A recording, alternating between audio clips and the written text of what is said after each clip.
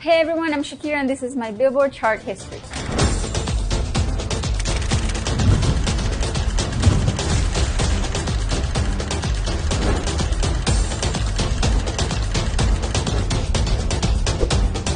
Donde Estás Corazón was my international hit. It broke me many different countries other than my own country, and I was only 18, so that was a very exciting moment of my life.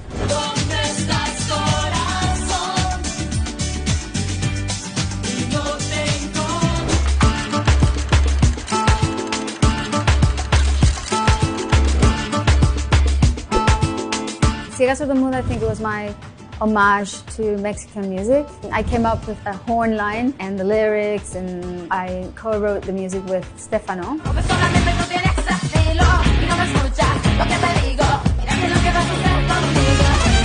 It was super exciting at the time because not too long after the song was published, we did the MTV Unplugged and we brought in a mariachi group. So I got to sing that song in its purest form, the Mexican style.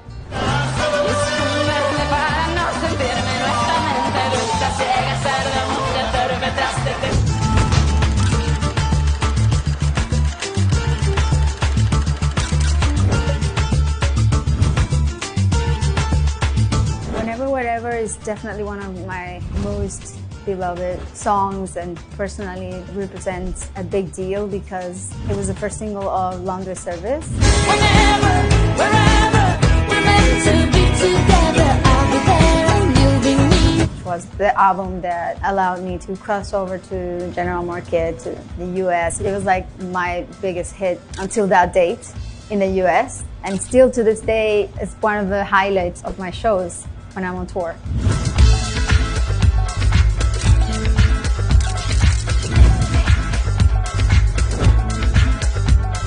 It was my first ballad in English. It was a very personal song that I wrote when I was very much in love. Underneath your clothes, there's an endless story. Yeah, it's one of those very iconic songs that when I perform in live, people sing along from beginning to end. Never gets old, and never fails. It's one of those songs that puts a big smile on my face when I perform.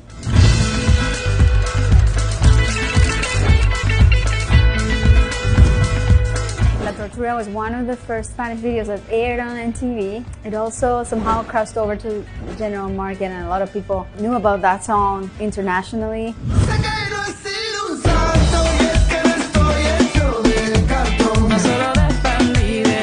This song was a really interesting experiment to me because I took reggaeton, which was like this really hot music style that was coming from Puerto Rico, but not a lot of people knew about.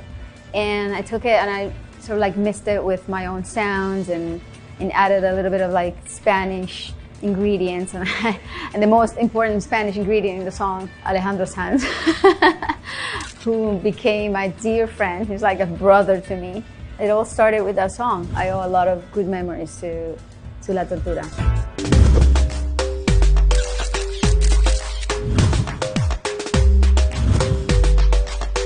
Hips Don't Lie was #1 in like 55 countries, and it was #1 in Hot 100s for a few weeks, and it was just a song that just broke all paradigms, changed the paradigm, I think, for me and for many Latin artists in the US. I'm on tonight, my hips don't lie, and I'm starting to feel you, boy.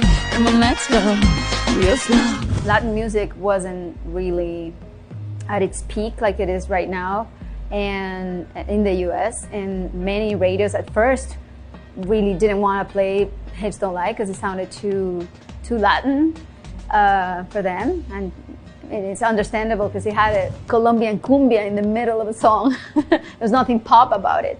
The rest of the song was. I had so much faith in this song. My album, Oral Fixation, was already out. It had already been published, but I really believed that the song was gonna make it big, and against all odds, I called the head of the label. I remember Donnie Einer, I think, was in charge back in the day, and I convinced them to recall the physical copies and collect them all and include the song in the album. And still, like, I don't know, 17 years later, I still get the references about hips don't lie. Hey, Shakira, your hips don't lie. It never gets old.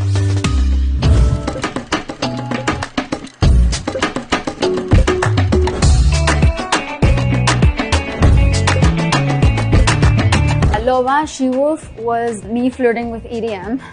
It did a lot of things for me in the UK and in the US. It was my first single of my 8th studio album, and I recorded it in the Bahamas.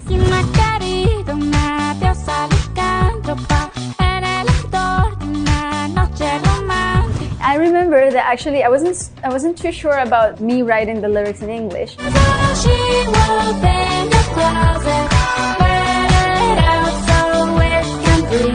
And I reached out to Sia, and I asked her to write the lyrics in English for me. And I also reached out to Seth MacFarlane. So I called him and said, Seth, can you write some lyrics for She Wolf? I wasn't very sure that I was able to write lyrics for the song.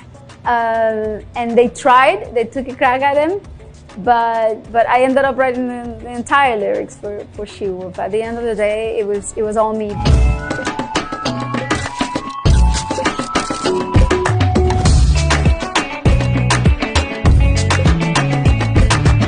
Waka Waka was definitely one of my most relevant songs. It was the official song to the 2010 Soccer World Cup.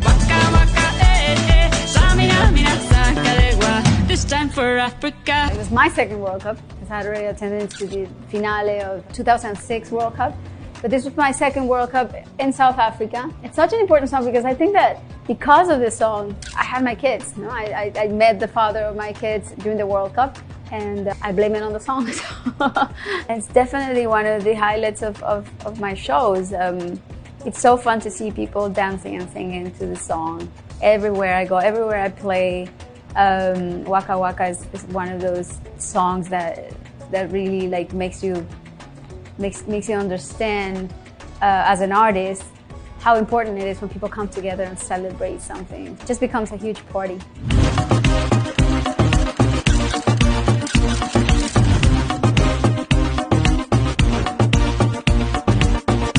La Bicicleta is technically the first single of my album El Dorado, and it's one of the songs that have brought me so many joys.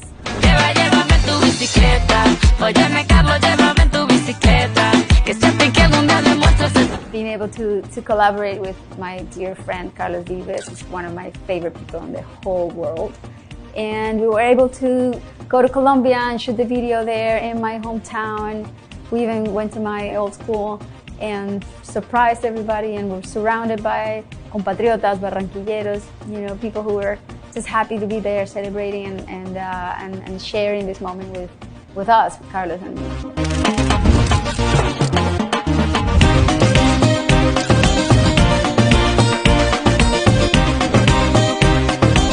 I hit #1 for 11 weeks.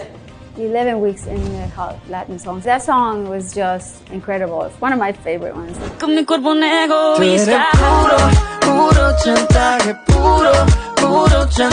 I remember that Maluma was an up-and-coming artist who Afro Verde from my label told me about. He was like, hey, Shakira, you gotta learn about this guy who's super talented, this artist, Maluma. You should probably do something with him.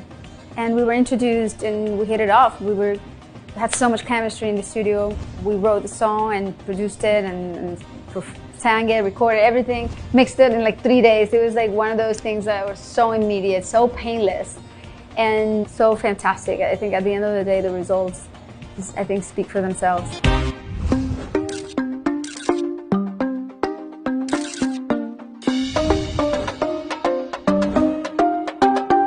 Bizarrap Session 53. It's a very controversial song. It was the first song I released this year.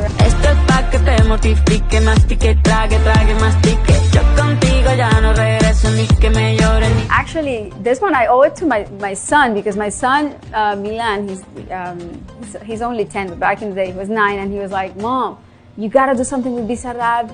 This guy is unbelievable. And I was like, who's Bizarrap? Like, what are you talking about? He used to play me his music.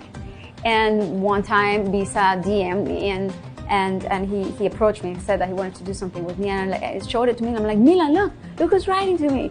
And he's like, oh my God, the king, the God, the Argentinian God. He's Milan. Yeah, and that song was just very important to me because it was therapeutic. It was the best way I had to vent some stuff out and to kind of like elaborate my feelings and my thoughts about personal situation I was going through. Became like an anthem to so many women out there who are feeling the same way, who have been through similar situations. So I was happy to share that with a lot of women around the world who felt identified and kind of created a sisterhood out there.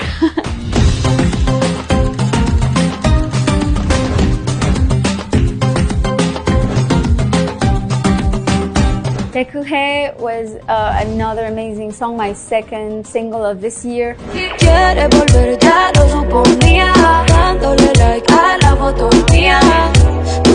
I think a really special experience to be able to, to share something with another fellow female Colombian artist and write and produce and make something that in a way also represented the way we were feeling at the time. And this was a very personal song, I think, and we had this common denominator that brought us together.